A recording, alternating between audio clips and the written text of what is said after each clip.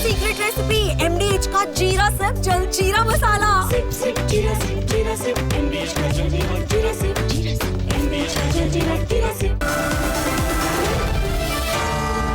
Arnab Goswami on the debate. Now time for the nation's sharpest opinion, and the last 48 hours have been extremely critical, extremely crucial for India's recalibration of its response to the American strong-arm tactics. There is now a renewed decisiveness in India's assertion of its economic strength against the US's tariff bullying. Just look at the sequence of events. On Sunday, there was the Modi-Xi bilateral, and the indication from that meeting was that while India is still cautious about its ties with China, the Chinese are extremely eager to normalize ties with India on the trade and economic front, which is good. They want a tango, is what Xi Jinping repeatedly says.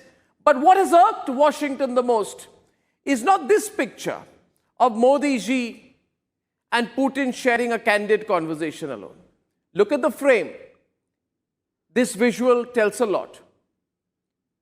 Because in one visual, there are three of the world's four superpowers standing together despite differences. That is perhaps what diplomacy and statesmanship look like from a nationalist lens. But here is my take. Here is my take. Ladies and gentlemen, I believe that the alarm bells rang in Washington when this picture was released of Prime Minister Modi seated in President Vladimir Putin's limousine en route to their bilateral summit venue. As you know, Republic broke the news first that even before the 45-minute bilateral meeting that took place between India and Russia, President Putin and Prime Minister Narendra Modi had a nearly 50-minute long conversation in that car. Despite reaching the venue, they remained seated inside for a 50-minute long conversation. Takeoffs cancelled, timings pushed back, for 50 minutes of uninterrupted one-to-one conversation with the whole world thinking what was going on there. We do not yet know what was actually spoken in that chat. Moscow has called the conversation not for the ears of others, and that must have really bothered Trump. What happens later shows you the big picture. First, the MEA released a crisp 4-point statement on the official bilateral. There was no jargon on people-to-people ties and historic relationship. The message and the audience were absolutely determined. Here is what point number 2 says. The leaders discussed bilateral cooperation, including in the economic, financial, and energy sectors, and expressed satisfaction with the sustained growth in bilateral ties in these areas. That, in my opinion, is as clear as it gets. That India is not going to cow down to US dictation on imports, no matter how many Navarros are deployed by Trump. In fact, America has eroded its own credibility by deputing lackeys like Peter Navarro to do their bidding. A man who attempted to actually, ladies and gentlemen, overturn the 2020 elections and was indicted by a grand jury on 2 counts of contempt of Congress, becoming the first former White House official imprisoned. He has no credibility whatsoever, neither as a counselor nor as an economist, to comment on India's sovereign right to choose trade partners. I don't even deem it fit to reply to his misguided and vastly uninformed understanding of the Indian caste system. My only request to him is that he should shut up before he exposes his lack of intellect. As far as the rest of the Trump administration is concerned, they should start taking their cue from their commander-in-chief, who himself seems to have toned down his hollow aggression. On your screen now is what Trump had to say in his latest statement on tariffs to India. Notice anything? No capitalization, no quote-unquote mediation claims or threats of secondary sanctions anymore. No dead economy jibes anymore. Trump, in what many are calling the most sober response since he took office, desperately now tries to reason with India. How India buys more from China and Russia as compared from the US, and why he wanted to share, quote, just some simple facts for people to ponder. The tone of Trump is of worry. The tone of Trump is he doesn't know how to handle Narendra Modi or India anymore. The unanswerable Trump is now having to justify his duplicitous, hypocritical stand on India in less than 2 weeks of tariff imposition, which is the fact that India has brought Donald Trump to his knees. And you know why? Here is why I had told you, viewers, that in the silence of Prime Minister Modi, there is a storm that will drown out the cacophony of the Trump administration, I had said. There is a rejuvenated rigor in India's resolve as the economy has shown absolute defiance to any tariff tirade. This is because the world unequivocally distrusts the 1.4 billion strong nation that has stood up against the bullying of selfish economies. Just look at the contrast now in the statements, ladies and gentlemen. The same US and their Treasury Secretary 2 weeks ago were inciting Europe, provoking Europe to also impose secondary sanctions on India. Now they are saying that India's values are more closer to America than to Russia and China. Look at the change of tone. This after the crazy Navarro called India Kremlin's laundromat and talked about quote-unquote cozying up to Xi, not because of this photograph, because in 2 weeks they have realized the following. One, that Europe was the biggest beneficiary of India's refined petroleum products. And worse for the US, in July, India became the largest supplier of diesel to Ukraine, accounting for 15.5% of Ukraine's diesel imports. And India is set to, in fact, increase its oil imports from Russia by 10 to 20% in September, as per reports, despite all the browbeating. The US State Department knows, therefore, that it has terribly failed. It has misplaced its hand with India, misplayed its hand with India, and lost out. Which is why yesterday, ahead of the Prime Minister's bilateral with President Putin, the US Embassy in India was busy putting up quotes of Marco Rubio hailing the enduring friendship between India and the US that is the bedrock of our cooperation, they are now saying. Where are you, Marco Rubio? And why don't you advise your president instead of coordinating Twitter posts? Because questions are being asked not on your political party but on your nation. Just look at what your predecessor, Jake Sullivan, who served as the National Security Advisor under the Biden administration, is saying. He says Trump threw aside India ties for family's business with Pakistan. So people are now openly talking about Trump's crypto deal with Pakistan. And they are saying this is a move that has caused huge strategic harm. This is no longer, ladies and gentlemen, a tariff or a trade war. Let me say it for what it is. This has become, for America, a war of individual prestige versus national interest. This is a war between the individual ego of Donald Trump versus national solidarity. This is a war where there is a man who's willing to sacrifice everything for a Nobel Prize versus a man who's willing to sacrifice everything and even pay a personal price for his nation. Even though Trump knows that Modi is no Hillary Clinton or Joe Biden, he doesn't get rage baited. Modi is certainly no Trudeau or Mark Carney who can be pushed around. Modi is not a leader who you can sit down and school in the Oval Office. He is a leader who has risen from the ground in the most vibrant democracy on the planet and has the full support of his nation behind his back. So Donald Trump, let me tell you once again, what Prime Minister Modi hasn't said in as many words. We aren't coming for you, but we are certainly not going anywhere either. We are here to stay on terms mutually beneficial to our nations. That's the only deal that was ever on the table. Only deal. What we are seeing today is the crippling effect of Donald Trump's attack on India within his own government, within his own party. People are confused. The Republican Party is divided. The Democrats are attacking the Republicans.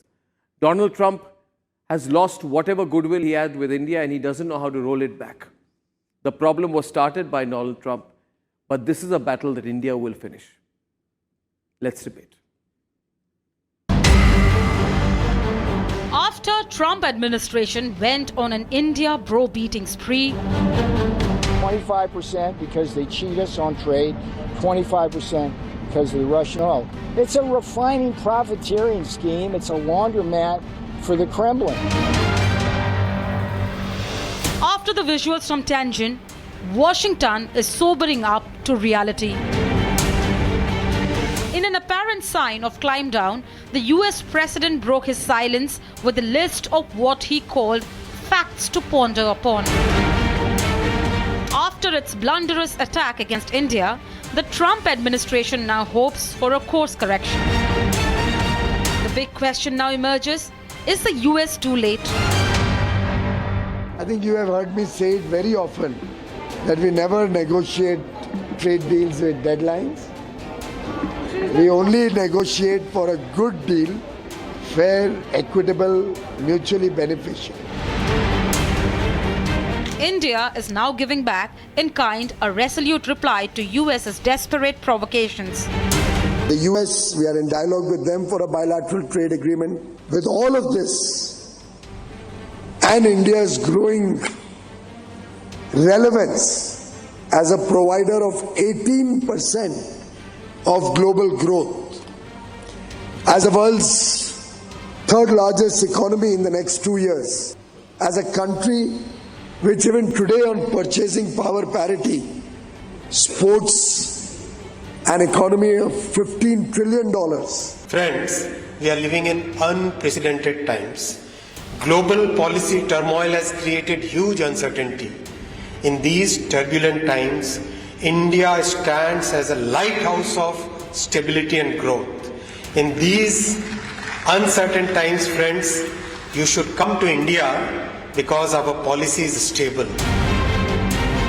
Prime Minister Modi too took the mantle to drive the point of India's economic prowess further home today. एक तरफ जब दुनिया भर की economy में चिंताएं हैं, आर्थिक स्वार्थ से पैदा हुई चुनौतियां हैं, उस माहौल में भारत ने 7.8% की ग्रोथ हासिल करके दिखाई है. Prime Minister Modi's message to Washington is as clear as it can get. The world trusts India.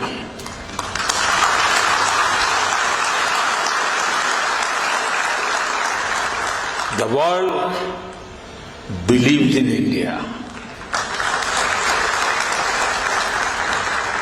And the world is ready to build the semiconductor future with India.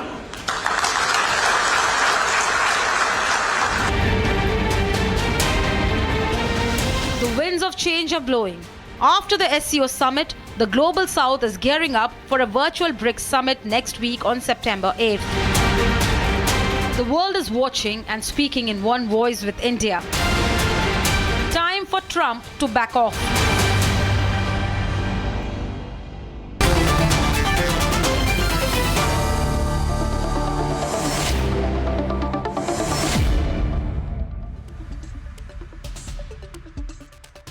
Okay, so viewers, I'll keep a very fixed focus here right now on what America will do, because I believe there is a pre-SCO and a post-SCO situation.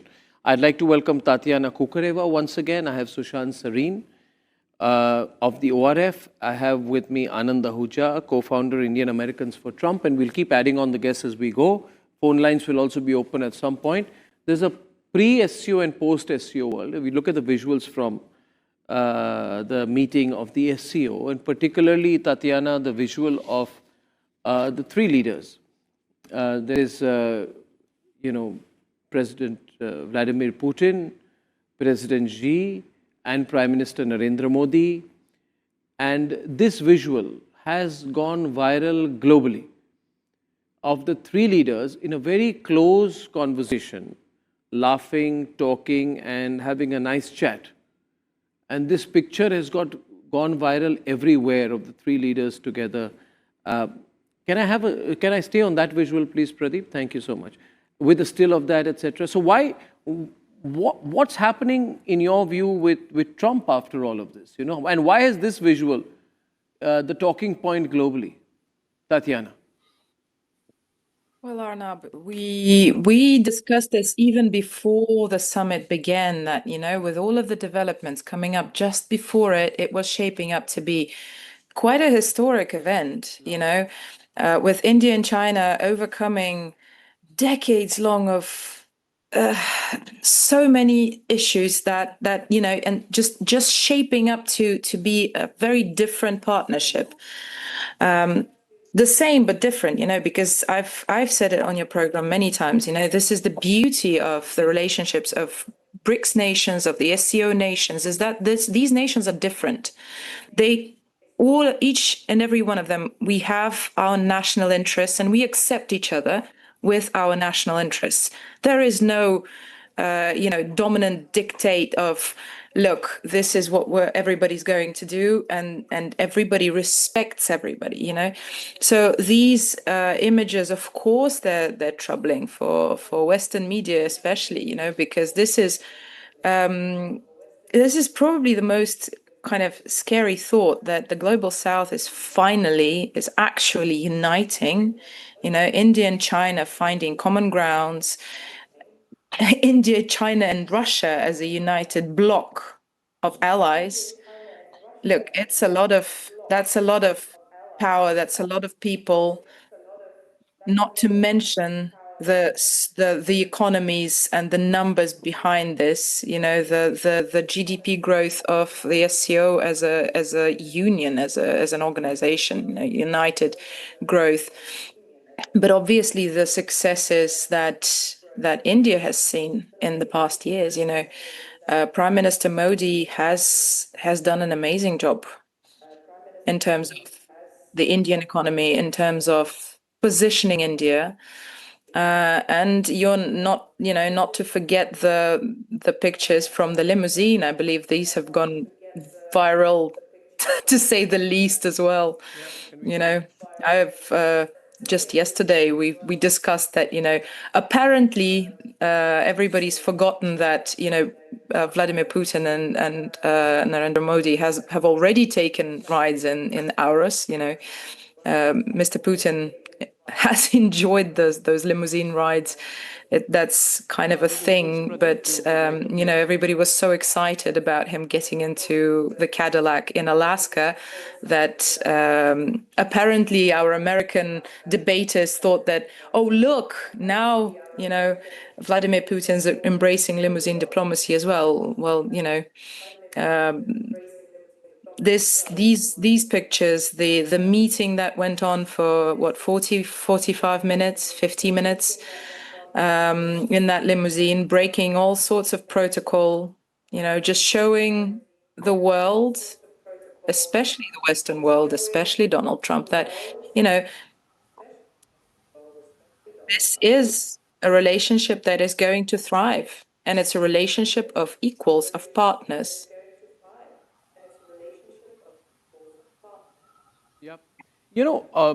Tatiana, Anand, you must be feeling so lonely there in New York, because America is in a lonely place. And there is a little bit of irrelevance that is growing about America. Irrelevance? Irrelevance is a very bad thing, Anand. When you keep shouting and screaming for attention, but nobody looks at you. Like when Trump keeps calling, but Narendra Modi does not take the call. When Trump tells Modi to please visit him and he does not. And, the whole world is saying this. I mean, there's a newspaper, I think in Germany, which says that, why did Narendra Modi not take Trump's calls? Because it is the depth of his anger, but also his caution. There's a whole realignment. And the other fantastic thing that is happening is that the world has realized that there are 4 superpowers in the world, not 1 or 2. And 3 superpowers are together in that photograph. And there's a 4th superpower, which is having a lot of trouble with a person who nobody in his own country likes, is despised in America, who's taking America down. Modi has challenged Trump like no other leader has. Directly, openly. Stone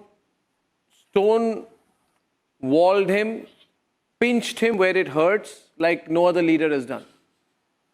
Anand, Trump is in a terrible place, and Americans are now abusing Trump.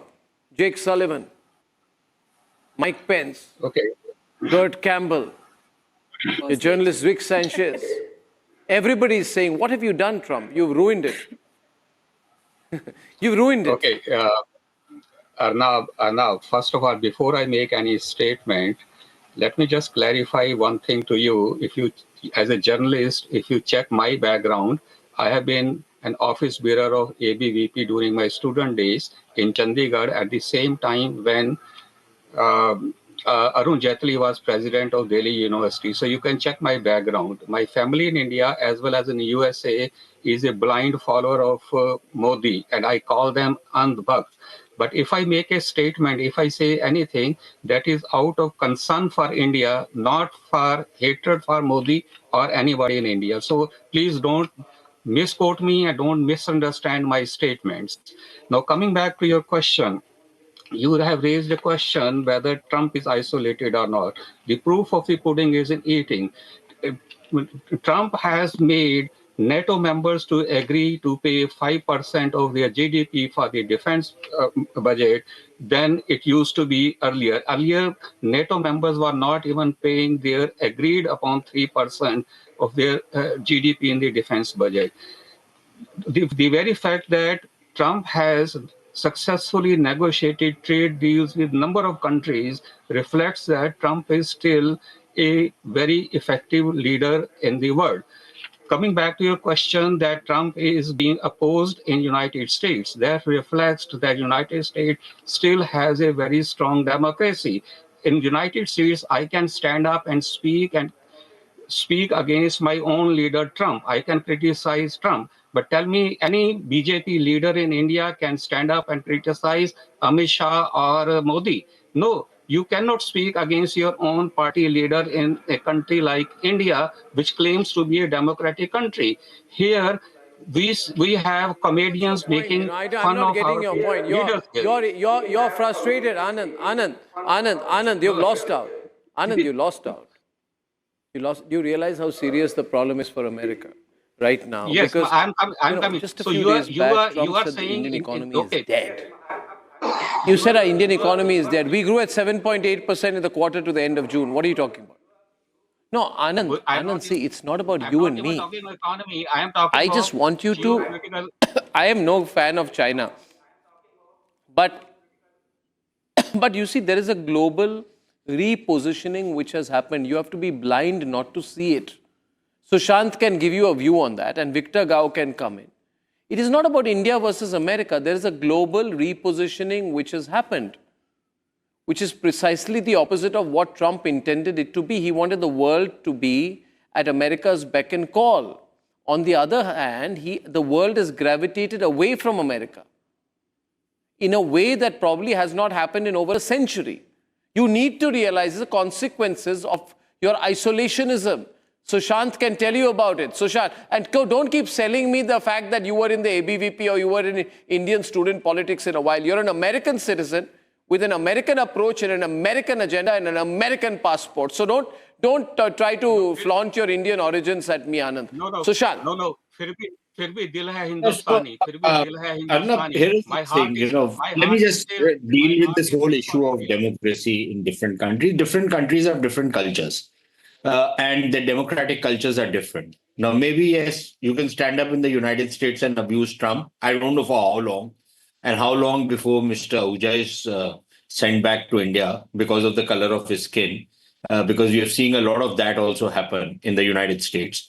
A lot of people who have expressed dissent with US policies. And I'm not saying whether that dissent was right or wrong. I'm not getting into that debate. I just, when they flaunt this freedom and this democracy, they don't look at themselves in the mirror very often. So if Mr. Ahuja is trying to score some points, brownie points, he's welcome to it. I'm not buying it right now. We are seeing what is happening in Europe. In the UK, you make any statement and you can be put in prison simply because you've tweeted something. So let's keep that on the side. Now, let's come back to the substantive issues. Look, there's definitely a repositioning taking place. You can call it a rebalancing, a repositioning. And frankly, that has been provoked by the Americans themselves. It's not been done by anybody. Initially, they did it with the Russians when they continued to provoke events in Ukraine, forcing the Russians to ultimately step in. And again, I'm not again saying that the Russian action was justified or not justified, but there was a clear provocation and a violation of agreements that had been signed with Russia. Okay, now you're pushing us in a certain direction. And the bottom line is that What I would call it is botched diplomacy. If they thought this is negotiation, they have no idea that maybe this could be negotiation on the streets of New York. But this is not how you behave with different countries with proud histories, with culture, and generally who feel offended if you're not going to deal with them well and not with respect.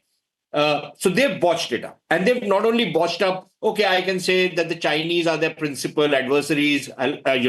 They have a rivalry with the Chinese. With us, they are targeting because they think they can bully us. With the Russians, they have their own problem. But they have done it to the Europeans. It's very well for Mr. Ahuja to say that, the Europeans have kowtowed to them. But look at the way you have insulted European leaders who haven't had the spine to stand up to you, which is okay. But you've insulted them. It doesn't, raise the stock of Europe in the rest of the world. Look at the way you've treated the Japanese, and there's some pushback coming from there. Look at the way you've treated the Koreans. Look at the way you've treated every other ally of yours. It that old Kissinger saying that it's dangerous to be America's enemy, but positively fatal to be America's friend is being proven by Donald Trump and all the madcaps like Peter Navarro and others whom he has gathered around himself. So clearly there is a problem out there. But having said that, while I agree that there is a kind of rebalancing taking place, Arnab, it is important to understand it is also happening because America has now started emerging as the principal contradiction. Let's look at the Chinese, for example. For the Chinese, whether the Americans reach out to them, they don't reach out to them, everybody knows there's a looming confrontation coming and this contestation for who will actually call the shots. The Americans want the Chinese to be under their thumb. I don't think the Chinese are going to agree to it. So they see that as the principal contradiction. And if that is the principal contradiction, then whatever their problems with us have been, and I think the border problem is the fundamental problem. Other than that, I think there's a lot of things that we can share with each other. We will still have problems because neighbors will have some problems, but none of them are deal breakers between India and China, except for the border issue. So we need to sort that out. That's my belief. But that is not the principal contradiction for the Chinese. Similarly, for India, what is the principal contradiction? That, listen, if you think that we are going to be colonized once again, sorry, that's a no-go area. So our principal contradiction is again to try and balance out, the problems which are emerging with the United States. And we don't want to give up our relationship with Russia simply because somebody tells us not to do it. Tomorrow, for example, if I was to tell the Americans, why are you dealing with the Pakistanis?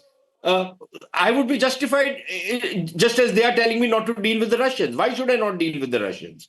Right. So I will deal with the Russians and I will deal with any country where I think my national interests are served. So I think there is a convergence of interests. But having said that, I think you are exaggerating the situation when you say that the Americans or Trump is going to be isolated, that the Western bloc is finished. The fact of the matter remains that the global economic structure for now remains dominated by the West, whether we like it or not.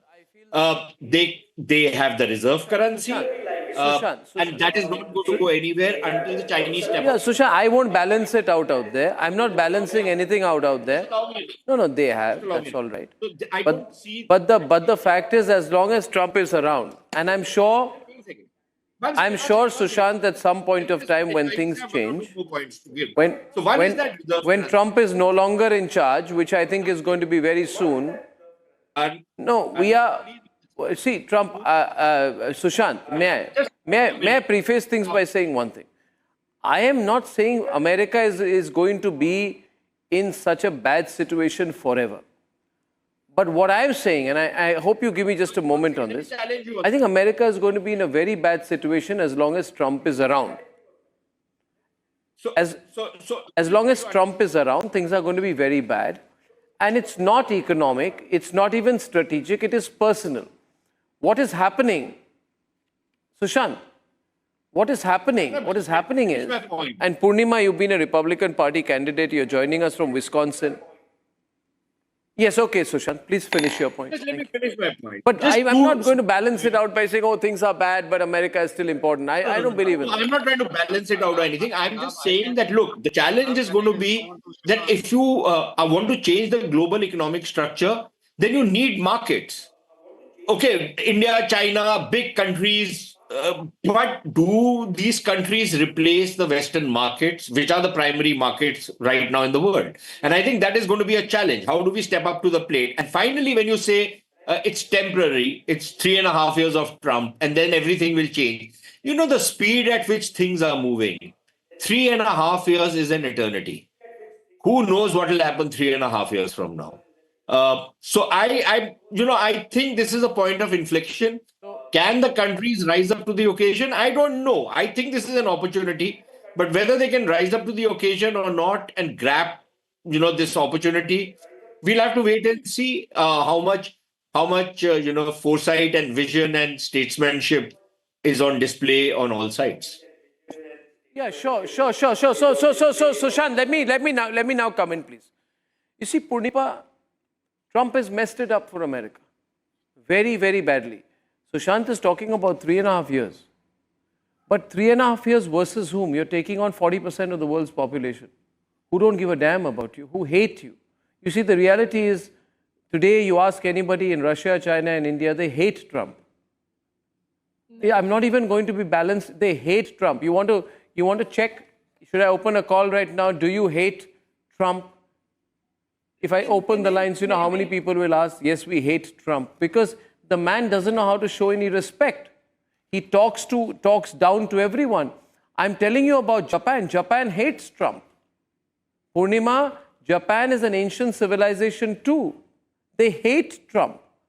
Why do you think Narendra Modi's visit to Japan, our clean energy partnership, our credit mechanisms, our artificial intelligence initiative, the LUPEX lunar mission, when Modi was talking in Japan, why do you think Japanese loved it? And why do you think just as Modi was landing, the Japanese told the Americans, we're not going to go for a trade deal? Because there's a thinking going on in Japan. How do we deal with a person who insults us?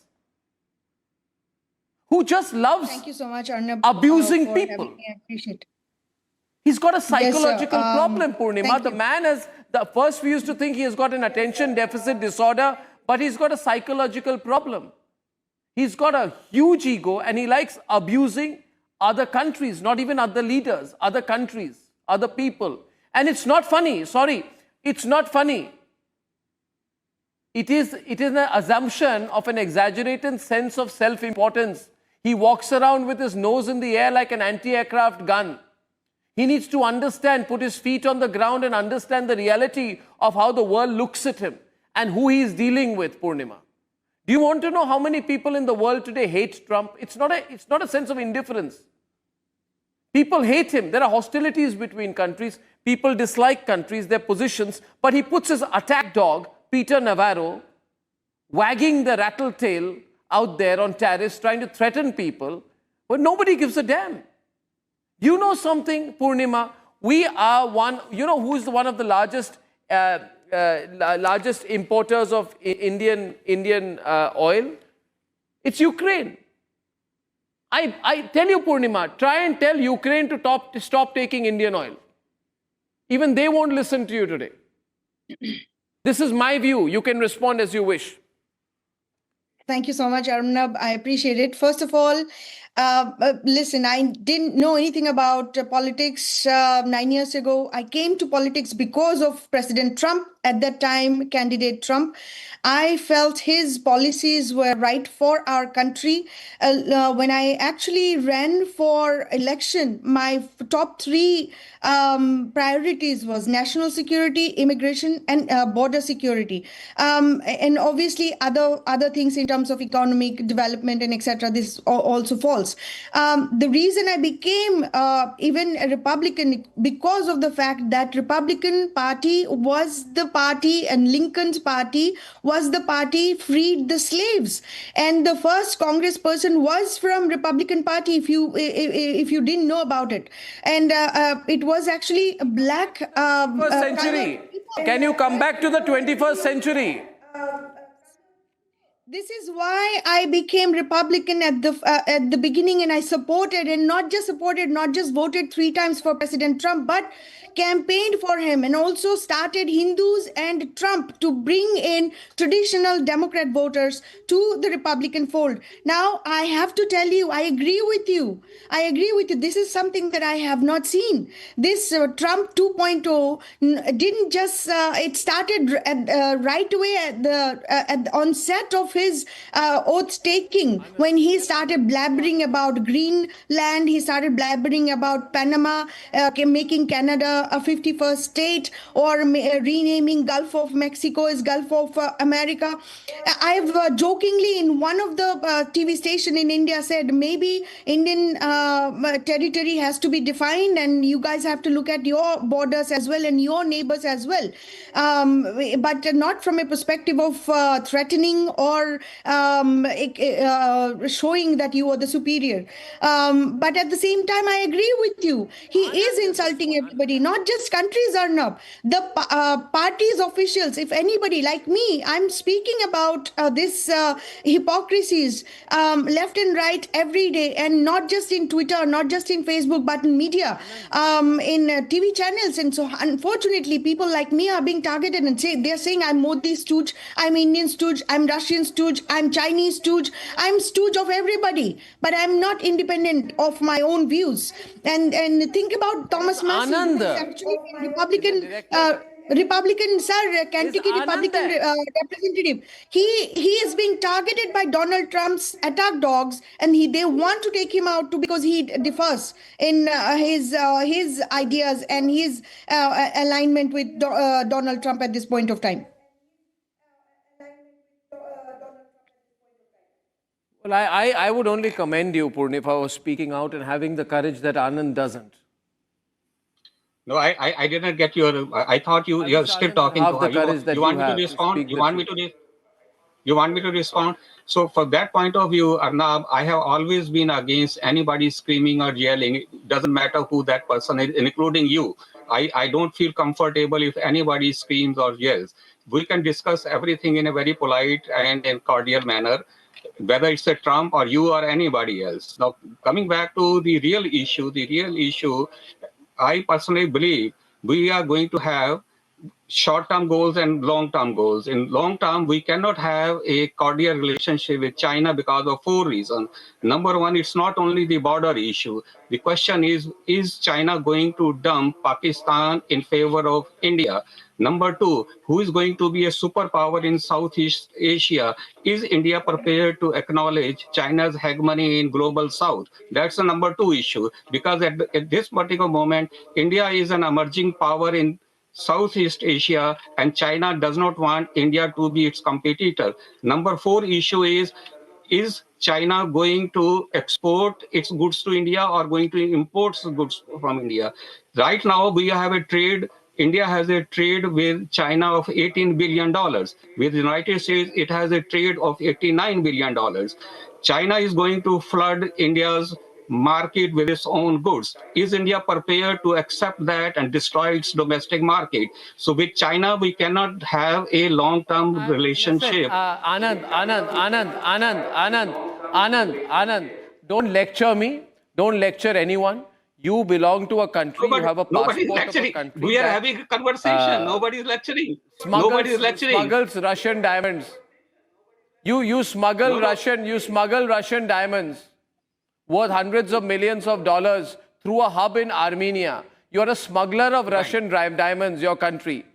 How are smuggled Russian diamonds reaching American markets? You have G7 and EU sanctions against Russia's largest producers. Your whole country is a smuggler of Russian diamonds.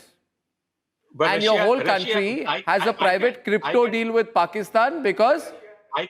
I can trust Russia to the extent I can trust Pakistan also, but I cannot trust China. I can never trust China.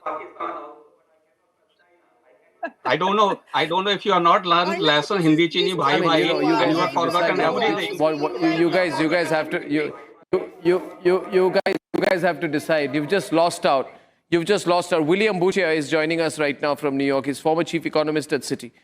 William, How have you seen things move, and what you must have watched the visuals from the SCO meeting in China, the bonhomie between Xi, Modi, and Putin. Whole world's talking about it. What do you think, William?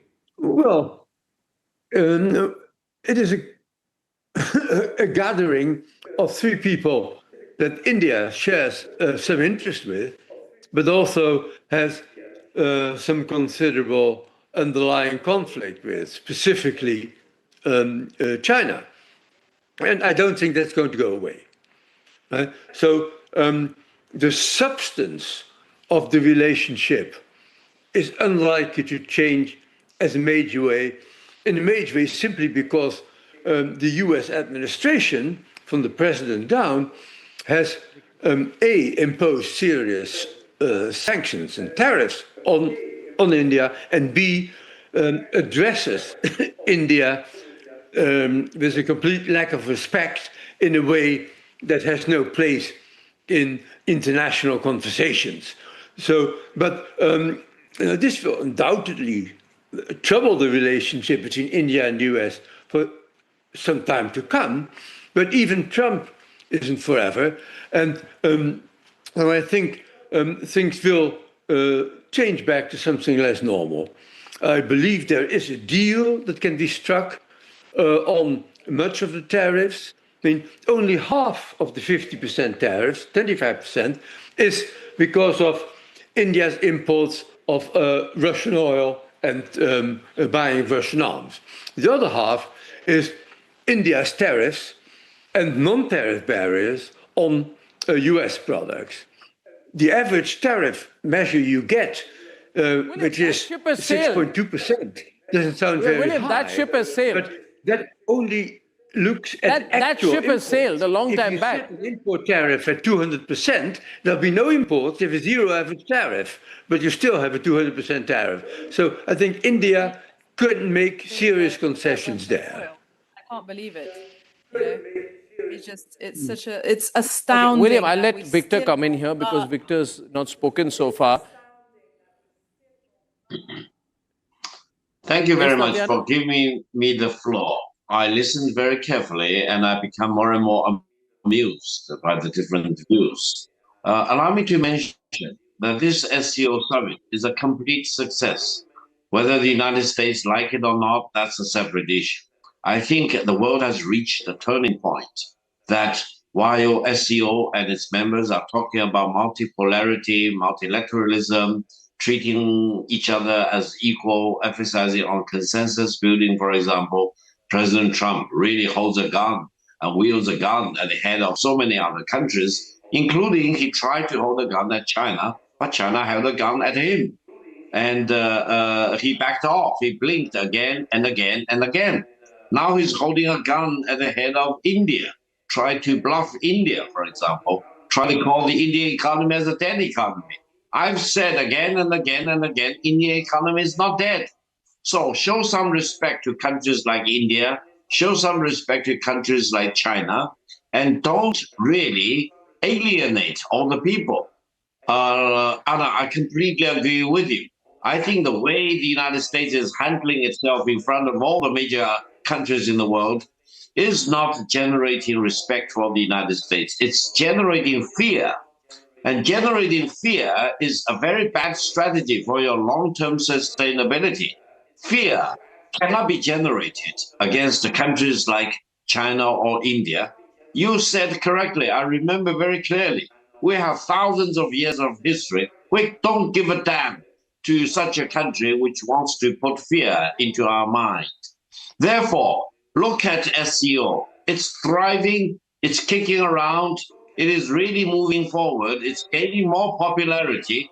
So if anyone thinks that the world is not at a turning point, let me know that. I want to debate with him or her. The world is at a turning point. The old way of rule of the jungle is dead. Someone still wants to revive the rule of the jungle. Someone pretends to be an emperor in the world of today. There is no emperor in the world. We are all equals. We need to nurture each other, help each other, rather than acknowledge anyone, any single one, as an emperor in the world of today.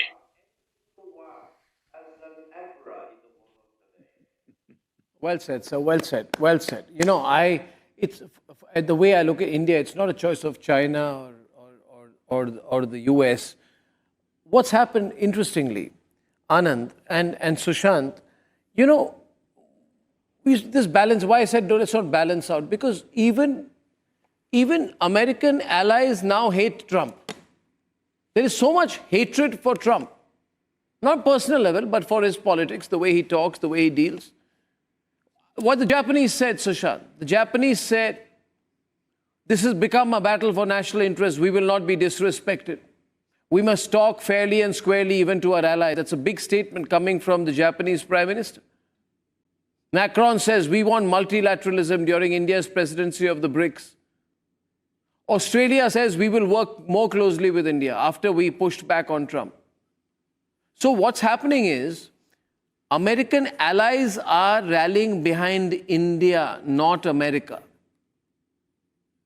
American allies. Look how lonely Trump has made America. There's nobody with America today. Not a single friend. Name a country that is your friend, Anand. One country in the world that is truly your friend today.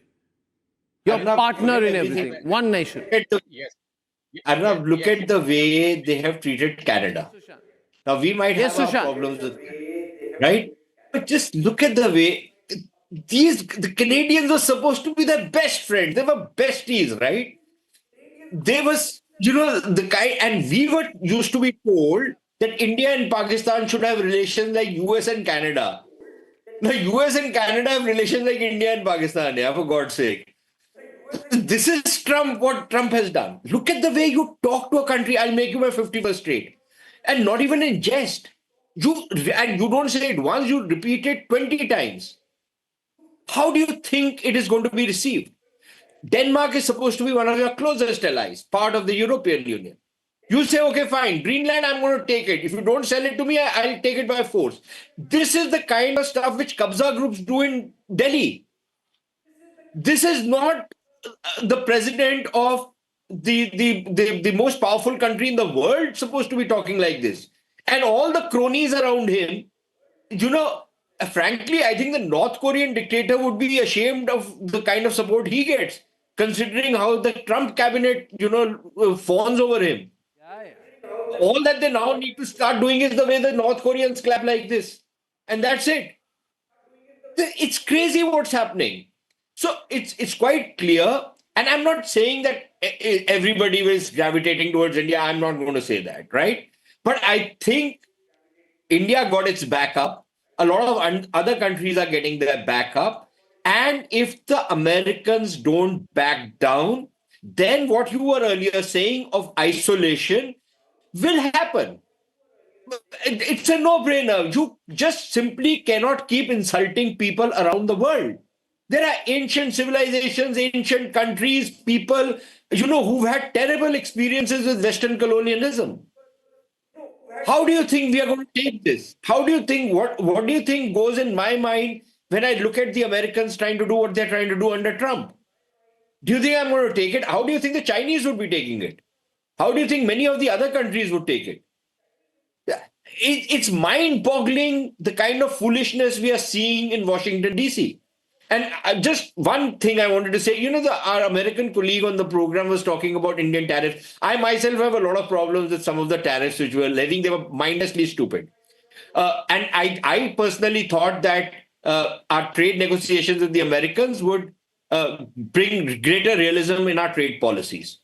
But the fact of the matter remains that the trade deal that India negotiated with the United States was one of the most liberal trade deals we have signed with anybody else. And, to push everything on this issue of non-tariff barriers, look, some non-tariff barriers are indefensible. But even the Americans have some non-tariff barriers. Every country has certain things on which they have red lines, and they don't want that to come. Now, if I have a problem with GM crops, and I say I don't want it to come, I have a problem on the kind of stuff they feed, the kind of dairy which comes from the United States. They need to start respecting my cultural sensitivities. They need to respect my economic, issues. They need to respect my political problems. So, and the Americans used to do that, which is why they became such a powerful country in the world. They had a global footprint. And what have they started doing now? They just, it's mind-boggling what they have done, but I suppose. But can he change? Because can he change? Can he change? What do you think, Tatiana? Because Putin is not Age of pulling back, 77, who changes? right? I think, Arnab, that the one back. thing that I will Narendra never Modi is agree staring with back very Sean hard. on is that America used to respect other nations. America is about respecting one nation and one interest in the whole world, American. The reason they became a superpower was because everything was tied to the dollar and still is. And that has been changing. And I believe that what we've seen in this summit and the pictures that you're showing right now is a tremendous opportunity for the SCO states, for also not limited to, but last on that list is de-dollarization. Last but very much not least, this is a tremendous opportunities for our great nations. And again, if you compare yourself to the US, there's so many civilizations that are ancient because there's hundreds of years of difference in terms of when the US became an actual country and other parts of the world. But the potential here is just outstanding. And I actually am very excited to see how our great nations are going to take that potential and what they're going to do with it. And I'm thankful to Donald There's Trump. huge potential. I think things are actually going to play out. You're right. You're right here, Tatiana, because you're bang on there, because if you look at just he's very yes, honest with what he and says. I think the game has just begun, William. I think India, China, Russia, and maybe Brazil will come together and take the next step soon. I don't know if it's de-dollarization, but these are big countries with 40% of the global manufacturing output of the world, right? About 40% of the world's population. India would have a purchasing power parity of 15 trillion. The combined purchasing power parity, if I take India, China, Russia, would be anywhere between 33 to 40 trillion US dollars. If they come together and they say de-dollarization, we want to deleverage from America, that's the end for America. That's collapse. That's a change of the world order in a way America won't be able to respond to, William, don't you think? It's coming close to that. This is all too dramatic. There are underlying changes in the global economic system and in global sort of political arrangements. And there is no doubt that we are witnessing the rise of the global south. And by that I mean really India and China. Russia happens to be actually most of it in Europe. So it's not the global south, it's Eurasia. But this is changing. China and Russia and India both growing significantly faster than the US and the rest of the West. And this will mean that the balance of power and possibly also the use of a dollar currency will be shifting some other way from America. But this SCO summit is not anything more than a photo opportunity. Right? It's the reality of changing economic relations, differential growth rates, right? And all that. And of course, the very unfortunate protectionist strategies randomized of President Trump that caused this to happen. But there hasn't been, I think, any significant speed up in that process. The dollar is still the world's leading currency. Is that the one person? India might be able to follow the UK, which negotiated a 10% tariff.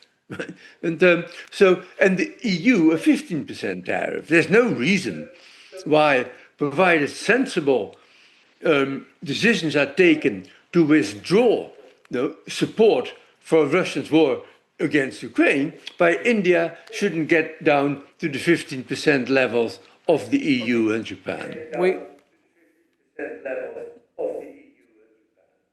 Well, okay. I think I'll leave it at that. It's a very interesting repositioning, but I refuse to believe this is just a photo opportunity. This is recalibration of the world against Trump's strong-arm tactics. Ladies and gentlemen, that's it for this evening.